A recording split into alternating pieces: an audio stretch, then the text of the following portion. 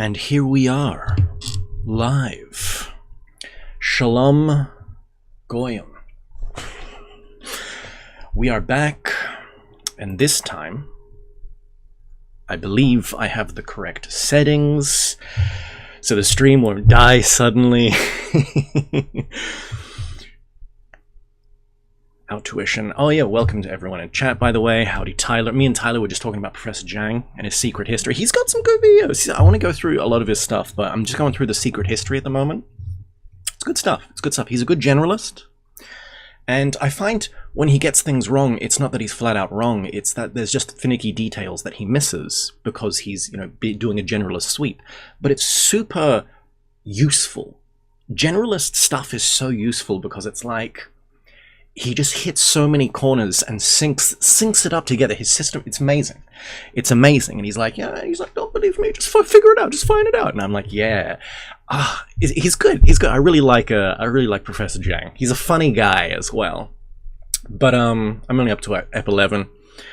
But yeah, he's good. It's good stuff. It's good stuff. Anyway, howdy Bobby. Bob. Howdy Outtuition.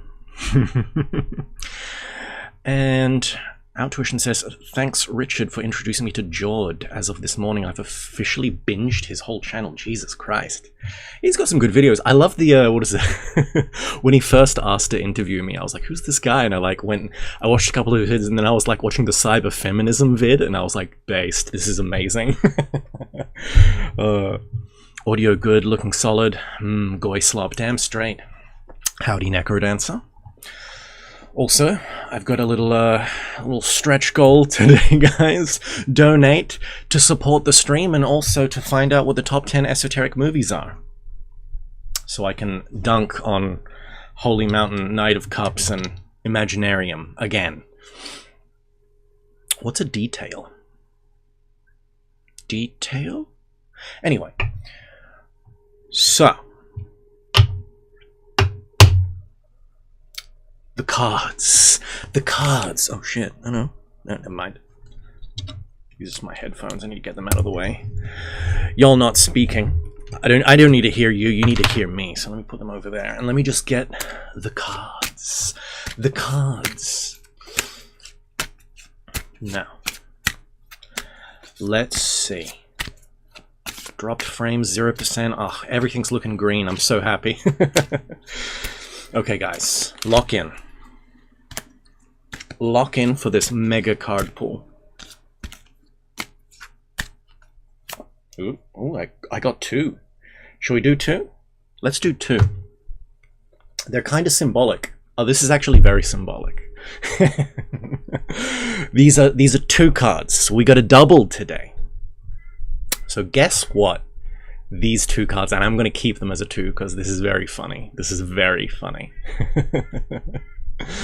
But yeah, drop your guesses. Drop your 2 cards. I think Tyler already made a guess. Already guessed for 15, I think. What was that?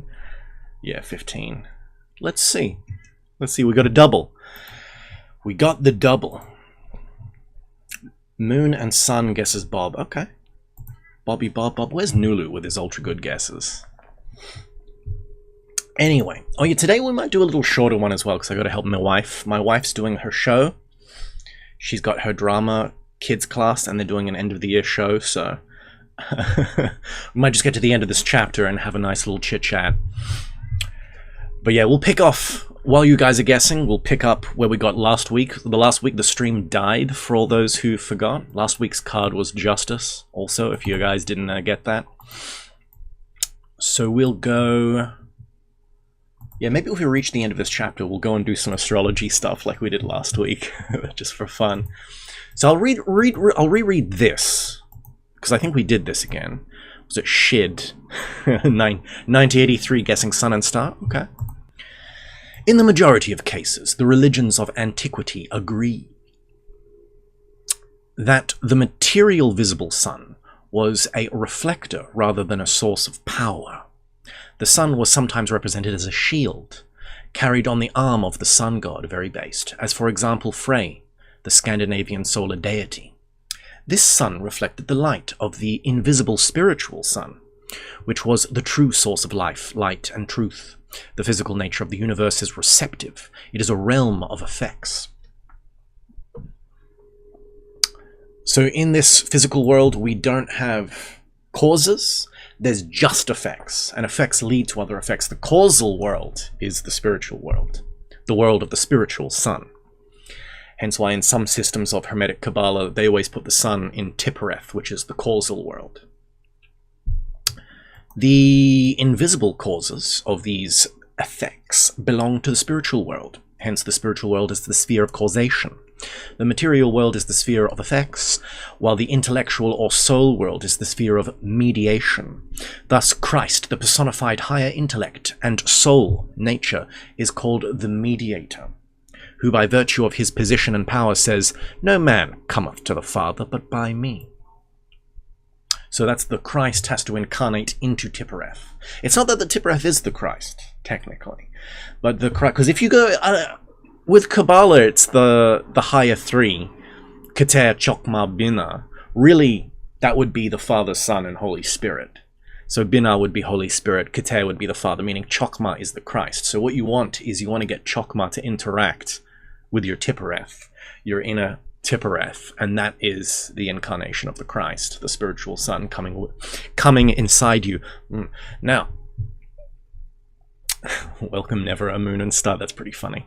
Okay, so we got a bunch of moons, a bunch of people guessing the sun as well. Judgment in the world. Tyler's going for 15, the devil, and 21. No, 15 and 16. Damn, you're going double pain. Devil and the tower. Okay, Tyler. Alrighty. What the sun is to the solar system, the spirit is to the bodies of man. So our spirit is our core. So everything that is material has its inner core, it has an inner sun, has a core of spirit. For his natures, or organs and functions, are as planets surrounding the eternal life. That's interesting, the functions. So if your spirit is the sun, what are the planets within you? The planets within you are your attributes. You know, Mercury is your intelligence and your ability to communicate. Venus is your aesthetic sensibilities and how you relate to your brothers and sisters. Your Mars is how you action into the world, your volitional impulses. Jupiter is how you rule, is how you promote growth within yourself. It is your virtues itself. Saturn, higher intellect and what restricts you. Saturn is what you do. I guess like Mercury is what you just generally think with, and then Saturn could be like what you do math with. Maybe that's like how you would break that apart. Saturn's what you do philosophy with. Mercury's good for basic thought patterns. But yeah, so we have the planets as functions within us, surrounding our central sun within us, and living upon its emanations. The solar power in man is divided into three parts, which are termed the threefold human spirit of man. All three of these spiritual natures are said to be radiant, transcendent, united. They form the divinity in man. Man's threefold lower nature, consisting of his physical organism, his emotional nature, and mental faculties. We got some Gurdjieff human-machine stuff right there. Reflects the light of his threefold divinity, and bears witness of it in the physical world. Man's three bodies are symbolized by the upright triangle, the threefold spiritual nature by an inverted triangle. The two triangles then united in the form of a six-pointed star, were called by the Jews the Star of David, or the Signet of Solomon, and are commonly known today as the Star of Zion. Uh-oh, stinky! Pooh! These triangles symbolize the spiritual and material universes linked together in the constitution of the human creature who partakes of both nature and divinity. Man's animal nature partakes of the earth. His divine nature of the heavens. His human nature is the mediator. So we have man. This is interesting. It always reminds me of like the that line from Nietzsche where he talks about the Superman. He says, Man is but a rope stretched over an abyss. On one end is the Superman, on the other end is an animal. So you can either go back to being an animal, or you can risk taking a leap and becoming the Superman. And that's what a human is. A human is in a state of angst in between these two things. You have to risk falling to either side. Or you can just submit to your desires and go back to being an animal. You could, I don't know if you would call that a failure, but it's like you could not even try, if you will. But those great men, those men of fire who are able to sublimate the animal and make it across the rope, become the Superman. Our tuition says, Jord really educated me on how Mars and Venus affect men and women differently. Yes. Yes. Jord's got some good astrological stuff. He's got good stuff. Where the fallen angel meets the rising ape, says Adam. Exactly. But you can't stand still on the rope. No, exactly. That's why we are beings of becoming humans. Now. Yes. And so this is interesting because it's like, so we have our physical body, which is broken into three. The motor, emotional, and intellect. And then we have some higher nature that also has threefold. Hence the two triangles. And then there's us in the middle as a mediator. Oh, esoteric program. Welcome. Hey peeps, or as I like to say, peepees. Oh yeah, esoteric program, by the way. We're doing a double today. I pulled two by accident, but they're very interconnected. They're very interconnected. So try and guess esoteric. Yes.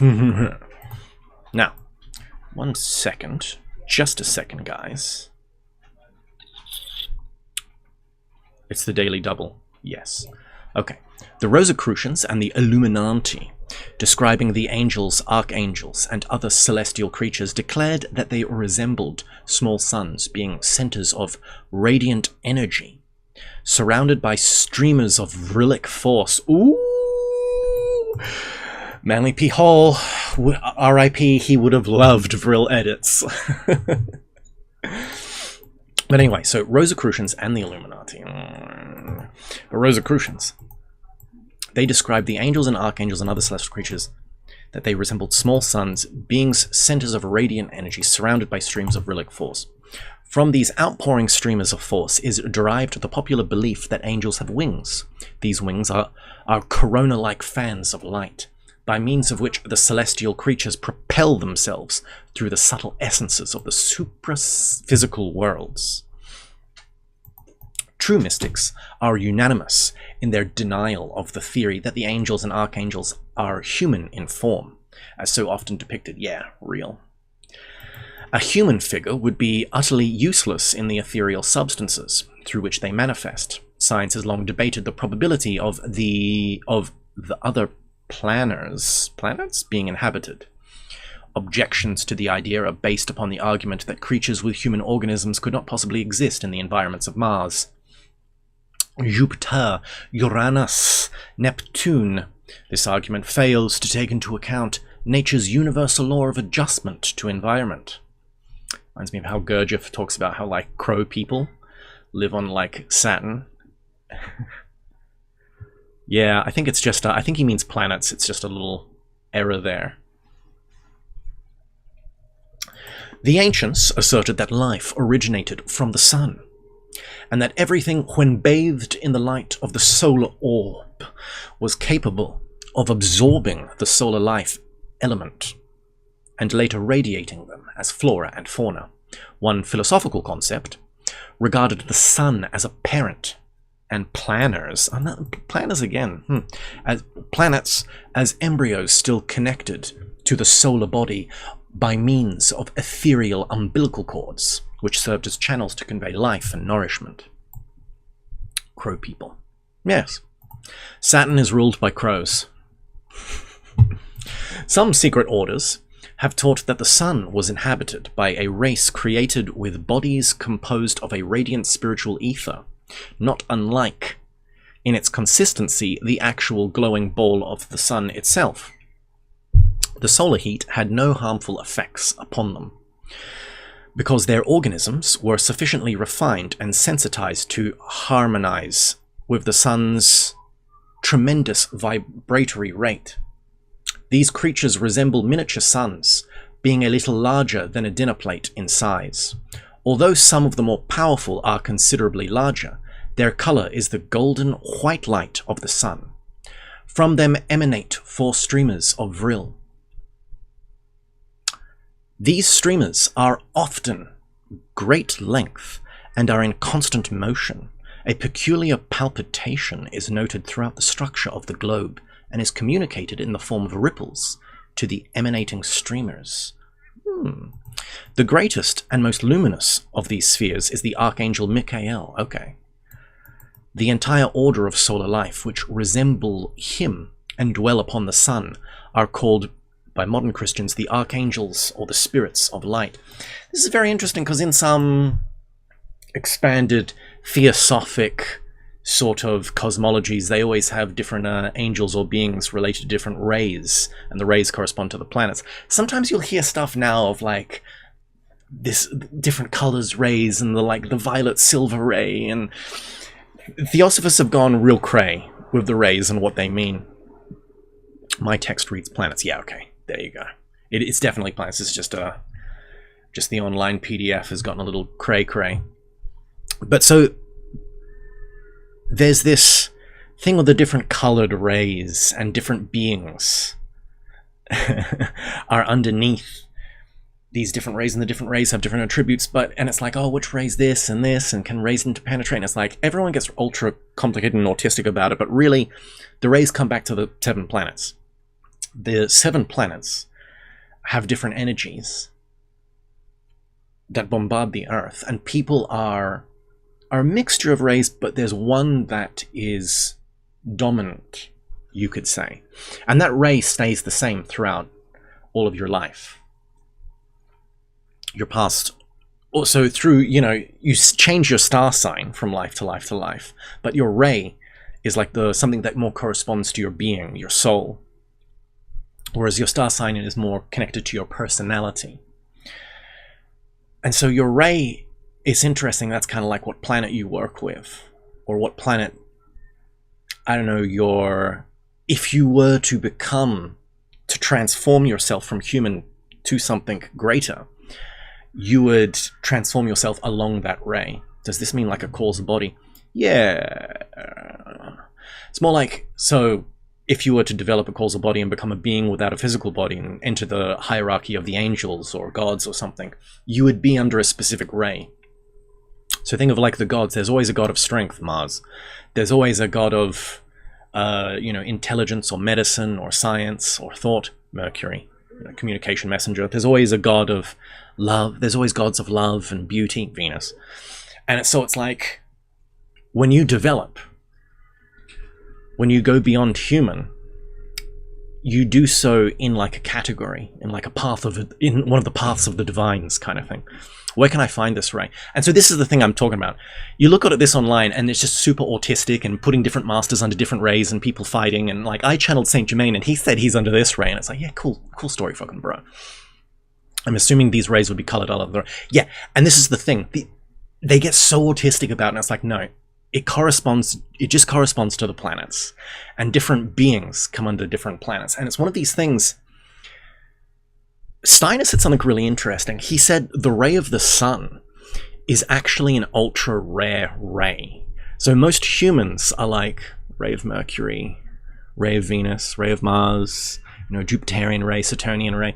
There's actually very few humans that are actually under the ray of the sun.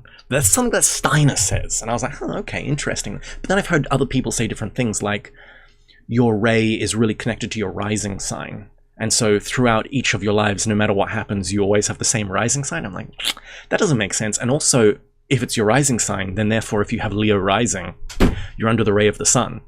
So it's like, you hear all of these different conflicting things, and it's like, but it's interesting. This kind of just reminded me of that, because Manly's kind of talking about different beings on different planets, and on the sun itself are these specific solar beings that, Michael is their leader, that kind of thing. Saint Germain is my Hamon. Is that like a JoJo reference, Hamon? Is that what you're talking about? Saint Germain's usually seen as like under the ray of Jupiter or something. The purple ray.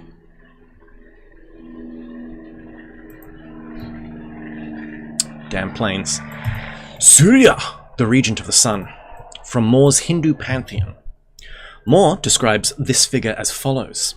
The cast is 9 inches in height, representing the glorious god of day, holding attributes of Vishnu, seated on a 7-headed serpent. Is he? His car, drawn by 7-headed horses, yes, driven by the legless Arun. Wait, this guy's legless? Bro, that would suck. A personification of the dawn, or aurora. So your charioteer has no legs. And then you've got one horse with 7 heads. Damn. That's crazy. Hindu mythology's got crazy freaking imaging, man. Crazy imaging. Is that so that was a JoJo reference, okay. Wait, because Saint Germain also gets put in animes. Was Saint Germain in JoJo? Is there someone who's like, my name is... I have been known by many things throughout history. Because I know in like Baccano, Saint Germain's randomly a character. And then where else is Saint Germain? He doesn't need legs if he has horse's legs. Yeah, but then it's like, what happens when you're not on the chariot, dog? He's just so hardcore, he's like, I'm going to be a charioteer forever, and just cut his legs off. God is the metal. Sorry, gold is the metal of the sun. I don't think so, but Jesus is in Steel Ball Run. You see, I kind of got tired of JoJo. So I didn't read JoJo. I watched, what is it? What's the first thing called? Blood? I watched the first JoJo. Oh fuck, what's it called? Because the next one's called Battle something. Battle Accuracy. With like Joseph. So I watched the first one. The Origin. And I thought that was cool. And then it's like, I watched JoJo Season 2, and then I watched Stardust Crusaders. Then what's it called? Crimson Blood, and the next one's called Battle Accuracy or something, and then Stardust Crusaders. Then I started watching... What's it called? The Diamond one? The Season 4? And I just couldn't get into it. Like, I was just watching and waiting, and then when they got freaking... Was it Jotaro back? And it's like, he can stop time, but then like... He's having trouble fighting a rat, and I'm like, what the hell is this shit? What the hell? And why does a rat have a stan? When Jotaro's mum almost died because she couldn't control her stan, and it's like... I was just like...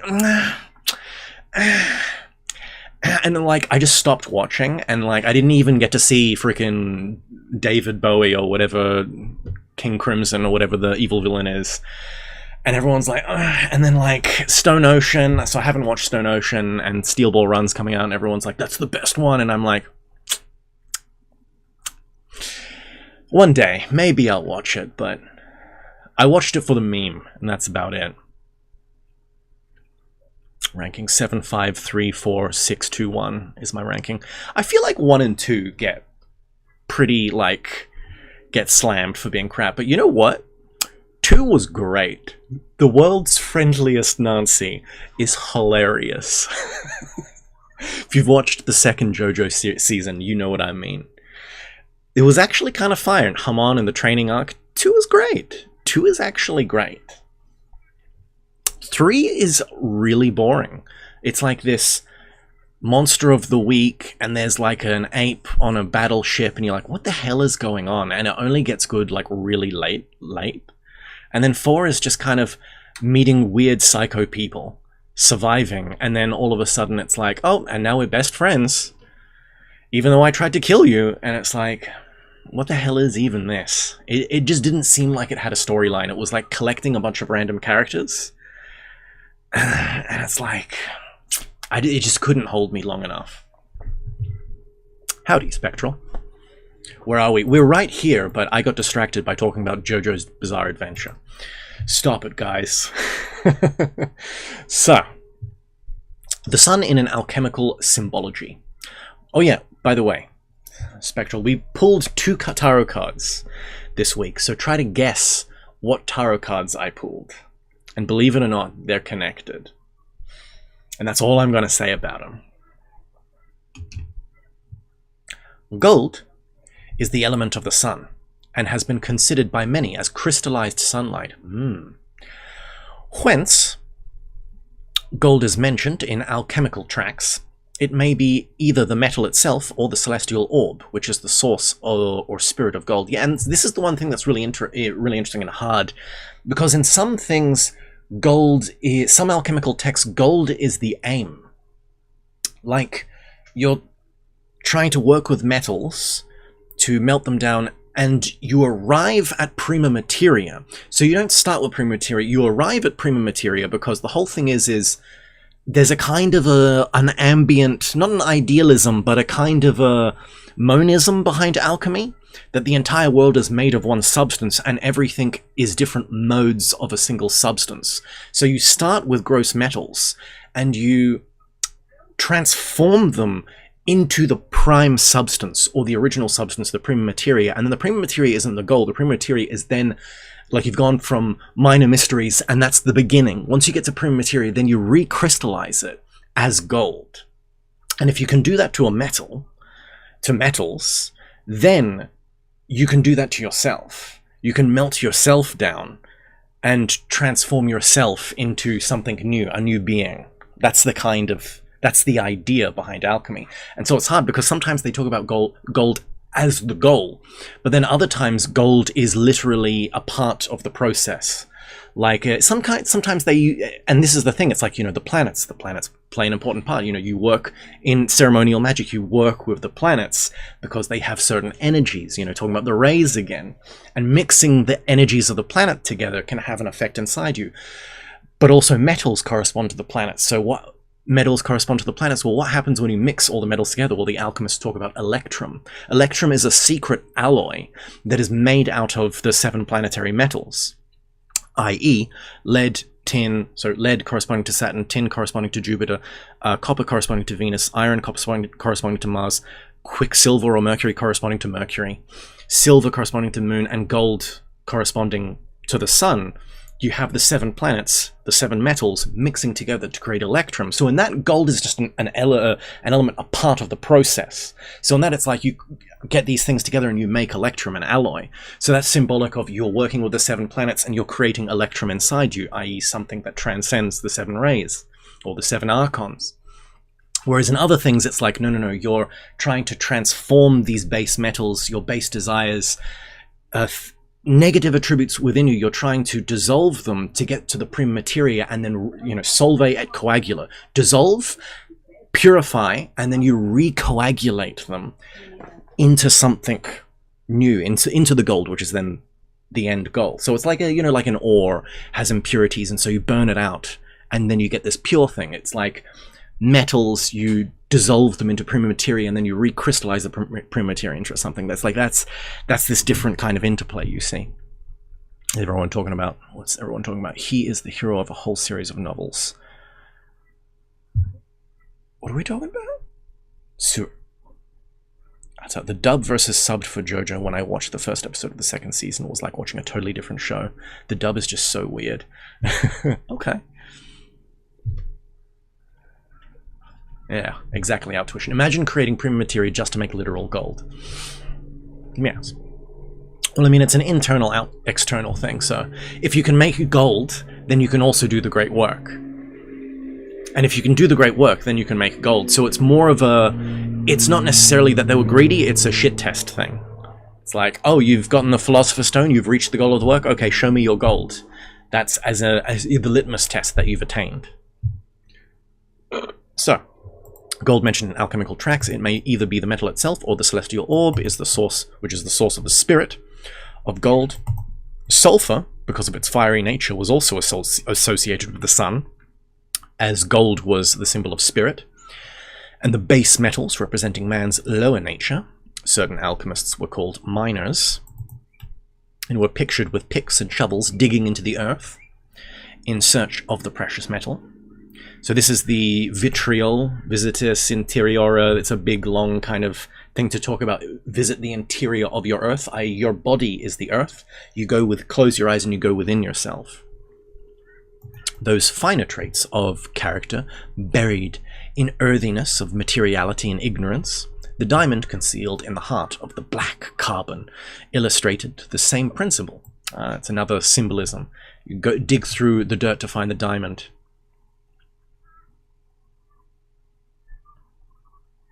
Yes, exactly, as a programmer. You think of becoming a millionaire versus the skills you get from becoming a millionaire. It's like, are you a truly skilled person? It's like, you don't become a millionaire to get $1 million. You aim to become a millionaire because it's like, the skill, even like the skills of business could be seen esoterically. It's like you need to be able to manage people, i.e. govern the different desires and impulses within yourself. You have to be able to govern others, like in that same way. It's like, can you manage, really imagine, like, you know, the pain of being a worker, but then imagine the pain of being a manager, and you have to manage all of these people who always have like different opinions and this and that, and they don't want to work this, and it's like, you have to have like certain qualities of patience, but also leadership, and you need to be able to understand when to push and when to let someone go and that kind of thing. And it's like, you need organization and logistics. You need to be able to calculate. You need to be able to have foresight with see oncoming things. It's like, you're not just a worker in the field. It's like, if you're running the business, then you also need to understand the kind of the market and what's kind of going to sell. It's like, all of these things, it's not just about being some kind of business bro and like, I'm going to risk it all on stake. It's like, go on the stock. You can play the stock marketing and develop certain qualities in yourself, or you can just gamble. It's like, you can start a business and hollow it out and make a quick buck, or you can actually run a business as almost an esoteric venture to develop virtues within yourself. This is a controversial topic because some people are like, no, materialism bad, and it's like, you live in the world of matter. You have to participate. Unless you're willing to go to an ashram, you live in the world of matter. Stop being like a sissy boy and start getting esoteric. Exactly, like Tyler, being an esoteric restaurant operator. Based Tyler. So, the Illuminati used a pearl hidden in the shell of an oyster at the bottom of the sea to signify spiritual powers. Did they, though? Thus, the seeker after truth became a pearl fisher. It's a good symbol, though. Good symbol. Saint Germain novels. Which ones, bruh? Nessier Archer. Nessier, do you have another name? Because I'm just seeing your at, but I'm like, have you been here before? What did I used to call you? Are you Craig Howard? Nessier? No. But anyway, but Saint Germain, he's another figure that's been almost New Age slopified, and there's lots of channeled novels and all sorts of things about him, but real world guy. He's like been absorbed into like vampire lore as well. I think because he lived so long, and he just kind of has this embodiment of the immortal count, and that kind of has a vampire-ish feel. So in some like places, he also is absorbed into vampire lore, weirdly enough. Anyway, he descended into the sea of material illusion in search of understanding, termed by the initiates the pearl of great price, real. The hymn of the pearl. When the alchemists stated that every animate and inanimate thing in the universe contained the seeds of gold, they meant that even the grains of sand possessed a spiritual nature, for gold was the spirit of all things. Concerning these seeds of spiritual gold, the following Rosicrucian axiom is significant. A seed is useless and impotent unless it is put in its appropriate matrix. Franz Hartmann comments on the axiom with these illuminating words, also based, that he quotes Franz Hartmann. I cast over easy egg flip. Thank you, Tyler. Thank you for the $5. A soul cannot develop and progress without an appropriate body, because it is the physical body that furnishes the material for its development. Hold on, a soul cannot develop without an appropriate body. Because it is the physical body that furnishes the material for its development. That's very interesting. One of the Mormon scriptures is called the Pearl of Great Price. Really? Huh. Or as the G-Man says, the right man in the wrong place makes all the difference, Mr. Freeman. That's a great one, Adamer. Skibbity toilet be damned. Well, that's interesting about Mormons. See, here's the thing. Joseph Smith was actually an occultist. No one, people just want to be like, he was a prophet or he was a fraud. And it's like, nah, they dug up his corpse and he had like magic talismans on him from like the Magus, meaning he kind of knew like Heinrich Agrippa and Francis Barat and that kind of lineage. It's very interesting that that is then technically at the foundation of Mormonism. Such an odd American religion, isn't it? Anyway, a soul can develop... Yeah, and this is very true. You have a physical body, you may as well use it. And that's very tantric as well. It's like your physical body, the energies in your physical body can be used for spiritual development. That's 100% right there. Howdy, Neo-Stoicism, welcome. It's very interesting. The purpose of alchemy was not to make something out of nothing, but to fertilize and nurture the seed which was already present. Based.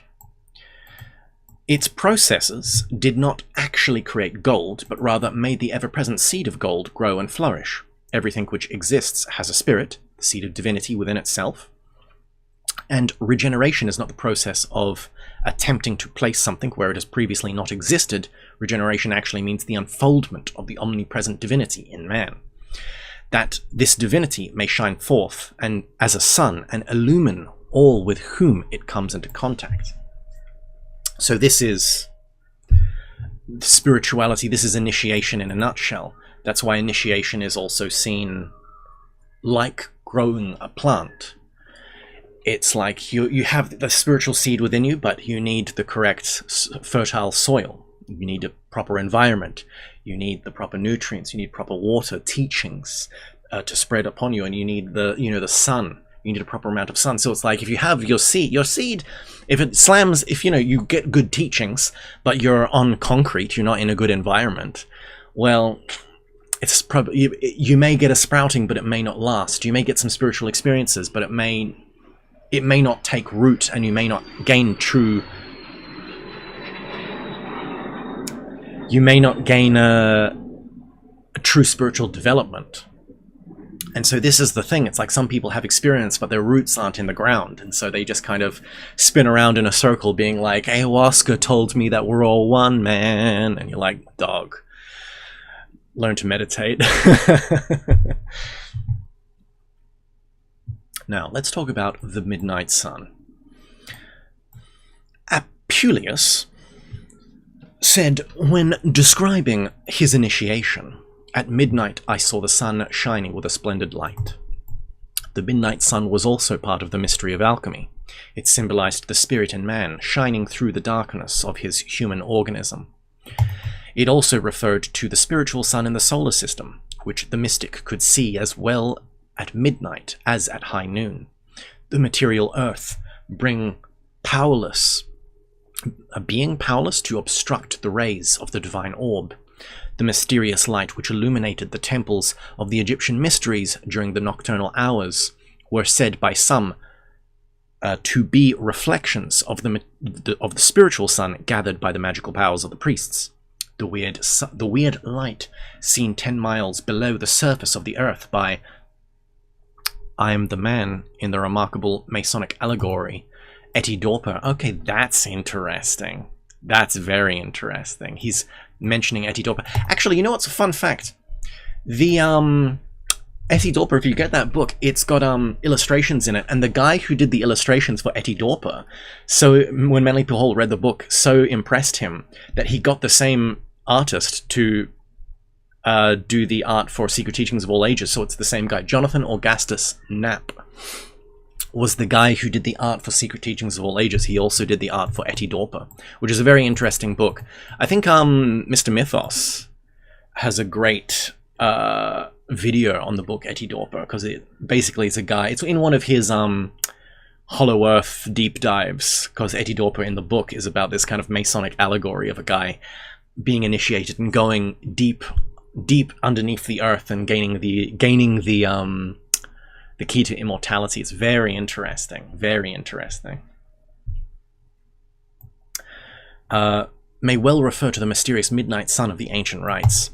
Primitive conceptions concerning the warfare between principles of good and evil were often based upon the alternations of day and night. During the Middle Ages, the practices of black magic were confined to the nocturnal hours, and those who served the spirit of evil were called black magicians, while those who served the spirit of good were called white magicians. Black and white were associated respectively with night and day, and the endless conflict of light and shadow is alluded to many times in the mythologies of various people. I say. The Egyptian demon, Typhon, was symbolized as part crocodile and part hog, because these animals are gross and earthy in both appearance and temperament. Since the world began, living things have feared the darkness. Oh, Tyler dropping the Etidorpa sacred text link. Thank you, Tyler. Those few creatures who use it as a shield for their maneuvers were usually connected with the spirit of evil. I don't know, does that mean the owl is evil? Longhorn Ruach. Sorry, that's very funny, Adamo. Say. Because the thing is, this is the thing, it's like the night is the time for initiation, and the moon is the light in the darkness. So the owl being a creature that hunts at night is seen as a symbol of initiation, which is why the Illuminati, if you actually know esoteric stuff, the owl is not... Sorry, the eye, the all-seeing eye, Illuminati 6, and it's like, no. The all-seeing eye is actually not the symbol of the Illuminati. For some reason, I don't know why, somewhere along the lines, the all-seeing eye just got synced with the Illuminati, like that secret society. The symbol of the Illuminati was the owl. They used the owl as their symbol. That's actually some lore right there. And you know, it's one of those things, what is the symbol of America? It's the eagle, which is the apex predator at day. What's the apex predator at night? What's the big statue in Bohemian Grove where all of the American elites go and do weird rituals? Isn't the owl the apex creature at night and the eagle the apex creature at day? Is there something going on? Anyway, everyone watch Professor Yang's Secret History series. Now,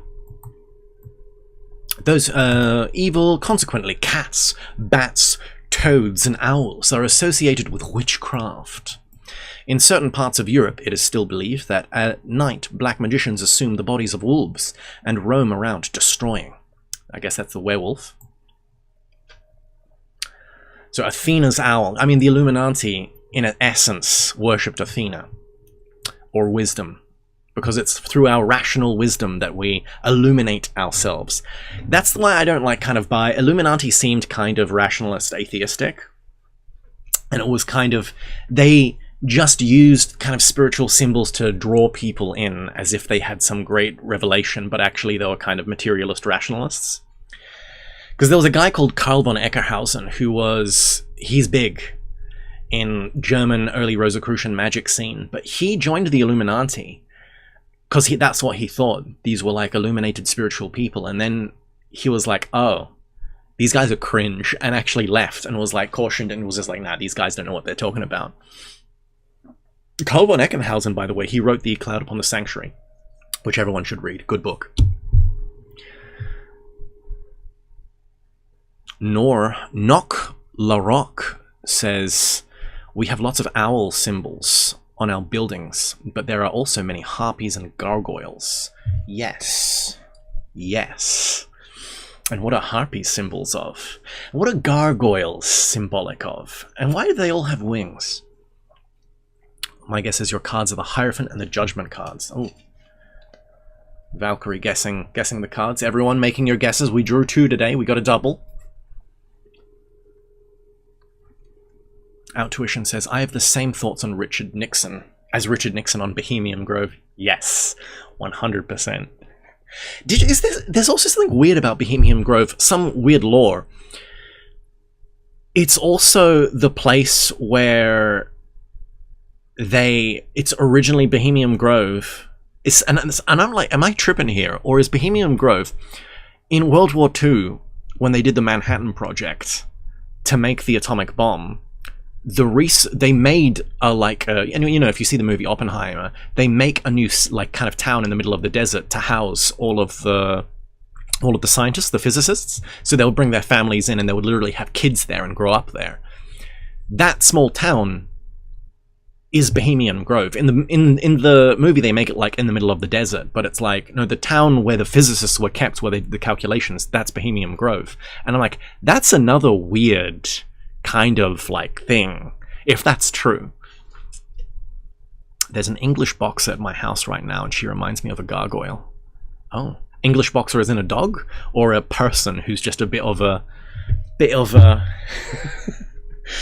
oof. That's interesting. Gargoyles are also have some kind of have an interesting kind of alchemical connection as well. A woof woof. Okay, so a dog. There you go. Hey, Tyler dropping some memberships. Thank you very much. And don't forget, everyone, to donate if you want to see the top 10 esoteric movies of all time. No greys. Exactly. We're racist against all greys in the chat. All greens, baby. Let's go. Anyway. From this notion originated the stories of the werewolves. Serpents, because they lived in the earth, were associated with the spirit of darkness. See, here's the thing. Serpents get a bad rap. But actually there's the bronze serpent that rises on the staff in Western tradition. So serpents have also... because there's the serpent of the Eden that makes you fall, but then there's an ascending serpent, which is actually solar and good.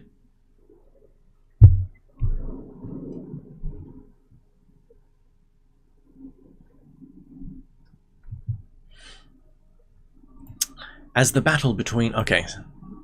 Yes. As the battle between good and evil centers around the use of the generative forces of nature, winged serpents represent the regeneration of animal nature, or of man, or those great ones, in whomst this regeneration is complete. You see winged serpents, or serpents with legs, sometimes in Egyptian art, which is interesting.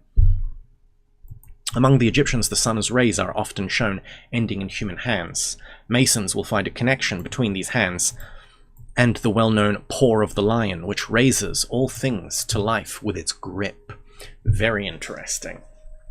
Very interesting. Solar colors. The theory so long held of the 3 primary and 4 secondary colors is purely exoteric. For since the earliest periods, it has been known that there are 7 and not 3 primary colors. What? The human eye being capable of estimating only 3 of them. Is this why, like magenta and teal being primary colors, is this why they're in all printed dyes? Thus, although green can be made by combining blue and yellow, there is also a true or primary green. That's interesting, because I have seen people do that, which is not a compound. This can be proved by breaking up the spectrum with a prism. Helmholtz found that the so-called secondary colors of the spectrum could not be broken up into their supposed primary colors. Thus, orange of the spectrum, if passed through a second prism, does not break up into red and yellow, but remains orange. That's very interesting. Athena has a serpent companion too. Okay. Is there any myths where Athena does stuff with serpents? That would be interesting to find out. Because the serpent, that means she's connected to the serpent and the owl, which is interesting because sphinxes are usually composite creatures of just 4 beings. The lion, the bull, the eagle, and the human. But every now and then there's a sphinx that's a combination of 6, and they'll include an owl and a serpent. Welcome back, another guy. Or will you never hear another guy? Oh, howdy, another guy. Is this like looking at the sun with different atomic light? I think they call it... okay. Athena and Medusa. Oh yeah, of course! Yeah! That's very interesting. That's very interesting, because I have this theory that this tale of Medusa and Perseus, who kills Medusa, is actually symbolic not of an individual slaying a monster, but of the Greeks fighting against the Naga cults. So people who know, in the East we have this thing called a Naga, which is basically Medusa, but a Naga is a positive thing. It's a gatekeeper, it's a symbol of wisdom. The Nagas aid men in their search for enlightenment. And although we usually see the Nagas as something Hindu or Buddhistic, you know, that kind of Asiatic, you have to remember northern India was connected to Persia and had connections to the Scythians. And there's evidence that shows the Scythians also had Nagas in their art and their myth. And so it's highly likely that through maybe the Thracians or something, you know, because it would extend from North India to Persia and then like through Samothrace, around there may be Naga cults coming into Greece. So there could have been these Naga cultists that were converting Greeks, and the Greeks kind of pushed them out, and they symbolically remember the defeating of the Naga cults as Perseus slaying Medusa. And because the Naga cults are these mystics who guide men with knowledge, they connect it to the cult of Athena then. And I'm like, it's very interesting, very interesting. That is big pee-pee. Now, let's keep going, let's keep going. We're almost at the end of this chapter, guys. It's been a long one. Consciousness, intelligence, and force are fittingly symbolized by the color blue, yellow, and red. The therapeutic effects of the colors. Moreover, I just realized Versace family have the Medusa as their symbol as well. I wonder if they do secret occult stuff. Anyone in the fashion industry can confirm that Versace do secret occult rituals behind the scenes. The therapeutic effects of colors, moreover, are in harmony with this concept. For blue is a fine, soothing, electric color. Yellow, a vitalizing and refining color. Red, an agitating and heat-giving color. Kind of reminds me of the Three Gunas. It has also been demonstrated that minerals and plants affect the human condition according to their colors. Thus, a yellow flower generally yields a medicine that affects the constitution in a manner similar to yellow light, or the musical tone of mi. An orange flower, influence in a manner similar to orange light, and being one of the so-called secondary colors, corresponds either to the tone re or to the chord of do and mi. The ancients conceived the spirit of man to correspond with the color blue, the mind with yellow, and the body with red. Heaven is a place on, is therefore blue, earth, yellow, is therefore, heaven is blue, earth is yellow, and hell, or the underworld, is red. I don't know about that, dog, but good for you. The fiery condition of the inferno merely symbolizes the nature of the sphere, or plane of force. Hell should just be black, or a kind of a gross brown or dull colors. Reminds me of Gojisi's secret musical cave in the mountains. Yes, that's what I was just thinking. Also, lol. I know I started the Gojisi thing, but I always laugh when I see it now. The fiery condition of the inferno merely symbolizes the nature of the sphere or plane of force of which it is composed. In the Greek mysteries, the irrational sphere was always considered as red, for it represented the condition in which the consciousness is enslaved by the lusts and passions of the lower nature.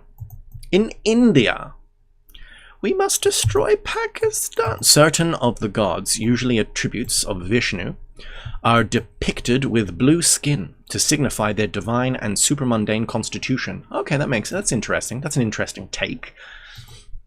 According, sky, blue, sky gods, I get it. According to esoteric philosophy, blue is the true and sacred color of the sun. That's interesting. The apparent orange-yellow shade of this orb is the result of its rays being immersed in the substances of the illusory world.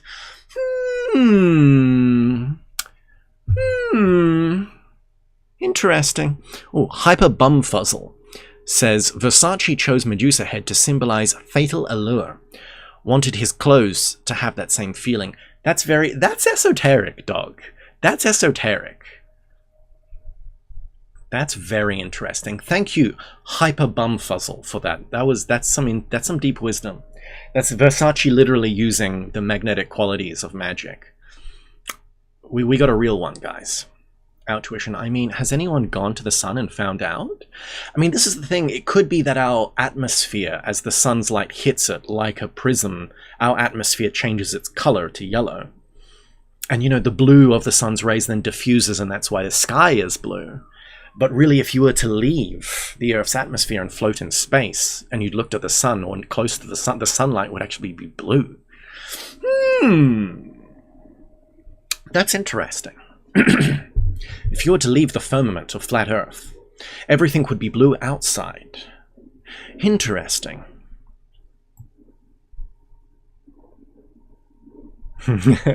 No problem. No problem, Hyper Bumfuzzle. What's your profile picture? Is that like you with a fake moustache and glasses?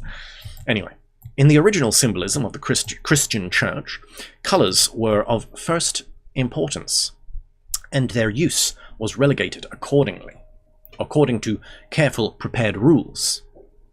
Since the Middle Ages, however, the carelessness with which colors have been employed has resulted in the loss of their deeper emblematic meanings. In its primary aspect, white or silver signified life, purity, innocence, joy, and light.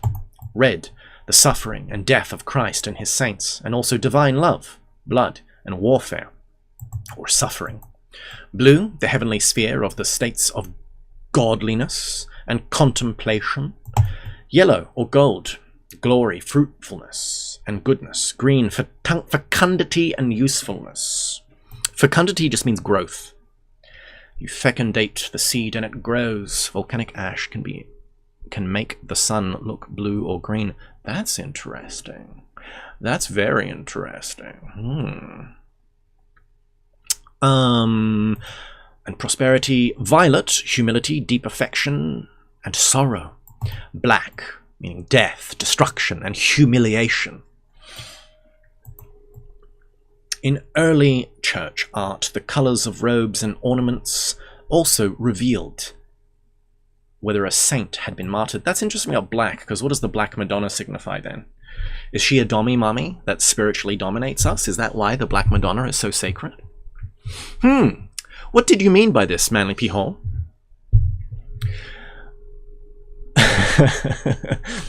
As well as a character of the work that he had done to deserve canonization. So the colors of the saints also reveals a certain part of their nature. Very interesting. Very interesting. In addition to the colors of the spectrum, there are a vast number of vibratory color waves, some too low and others too high to be registered by the human optical apparatus. It is appalling to contemplate man's colossal ignorance concerning these vistas of abstract space, as in the past explored unknown continents, so in the future, armed with curious implements fashioned for the purpose. He will explore these little-known fastnesses of light, color, sound, and consciousness. If you want to look at the sun, different wavelengths, top page. Thank you, Tyler, for the link. Also, talking about different colors, has anyone either in a dream or like astrally projected and then seen a rainbow? Because I had like an experience once. I'm not a good I don't have good skill in astral projection at all. I've only done it a couple of times. Actually, I've done it a bunch of times over the years, but I wouldn't say I could do it regularly, offhand at will. But I remember having one experience where I was like, I astrally projected, and then it was like kind of like flying over kind of a bunch of fields, and there was a rainbow. And in the astral world, which I guess it would be the same in a dream, but in the astral world, the rainbow had more colors than it did in normal life. And I just remember looking and being like, whoa, it's got more colors. Like it had 11 colors instead of just 7. And it was just weird to look at. I was like, what? Yeah, it was kind of like, I don't know. Yeah, it's weird to describe, but I don't. Has anyone else seen a rainbow in your dreams and it had more colors, or has anyone had a similar experience? Anyway, it was just weird. And we ended off with a solar face from Montefort Antiquities. The corona of the sun is here shown in the form of a lion's mane. This is a subtle reminder of the fact that at one time the summer solstice took place in the sign of Leo, the celestial lion, of course. Ooh, Outtuition says, not quite, but I did witness a shooting star with a rainbow trail behind it on one of my wildest dreams. That's cool. Adamu says, no, but once I was in a seemingly astral place, but everything was monochromatic. Ooh, okay. Interesting. Oh, and that's an hour. So next week, we are going to be getting down and dirty into the zodiac. Oh baby, oh baby, oh baby, oh baby. Dreamed of a grey rainbow, no colours. That's interesting. There's something about also dreams not having colour as well. That's symbolic. That's interesting. Also, everybody, get your last guesses in, because we're going to do the big reveal.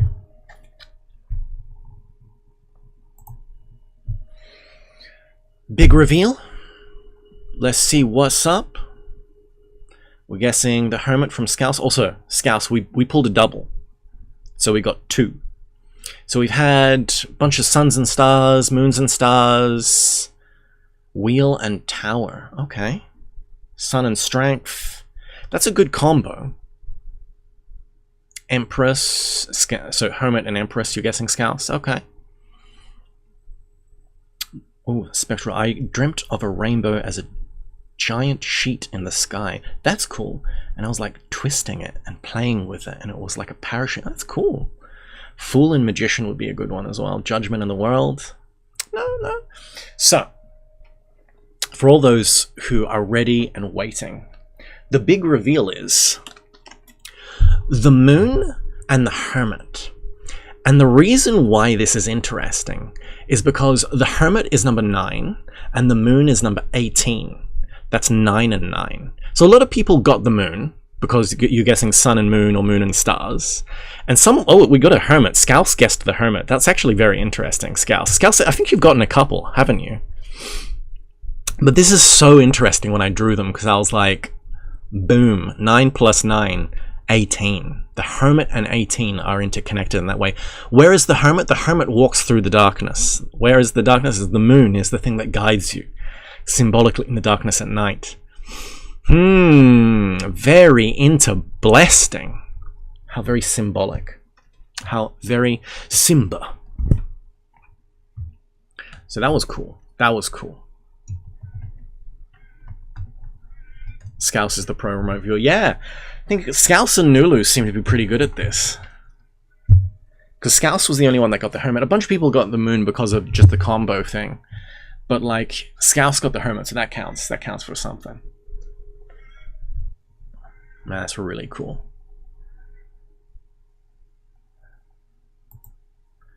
Cancer and Virgo. I don't know about that.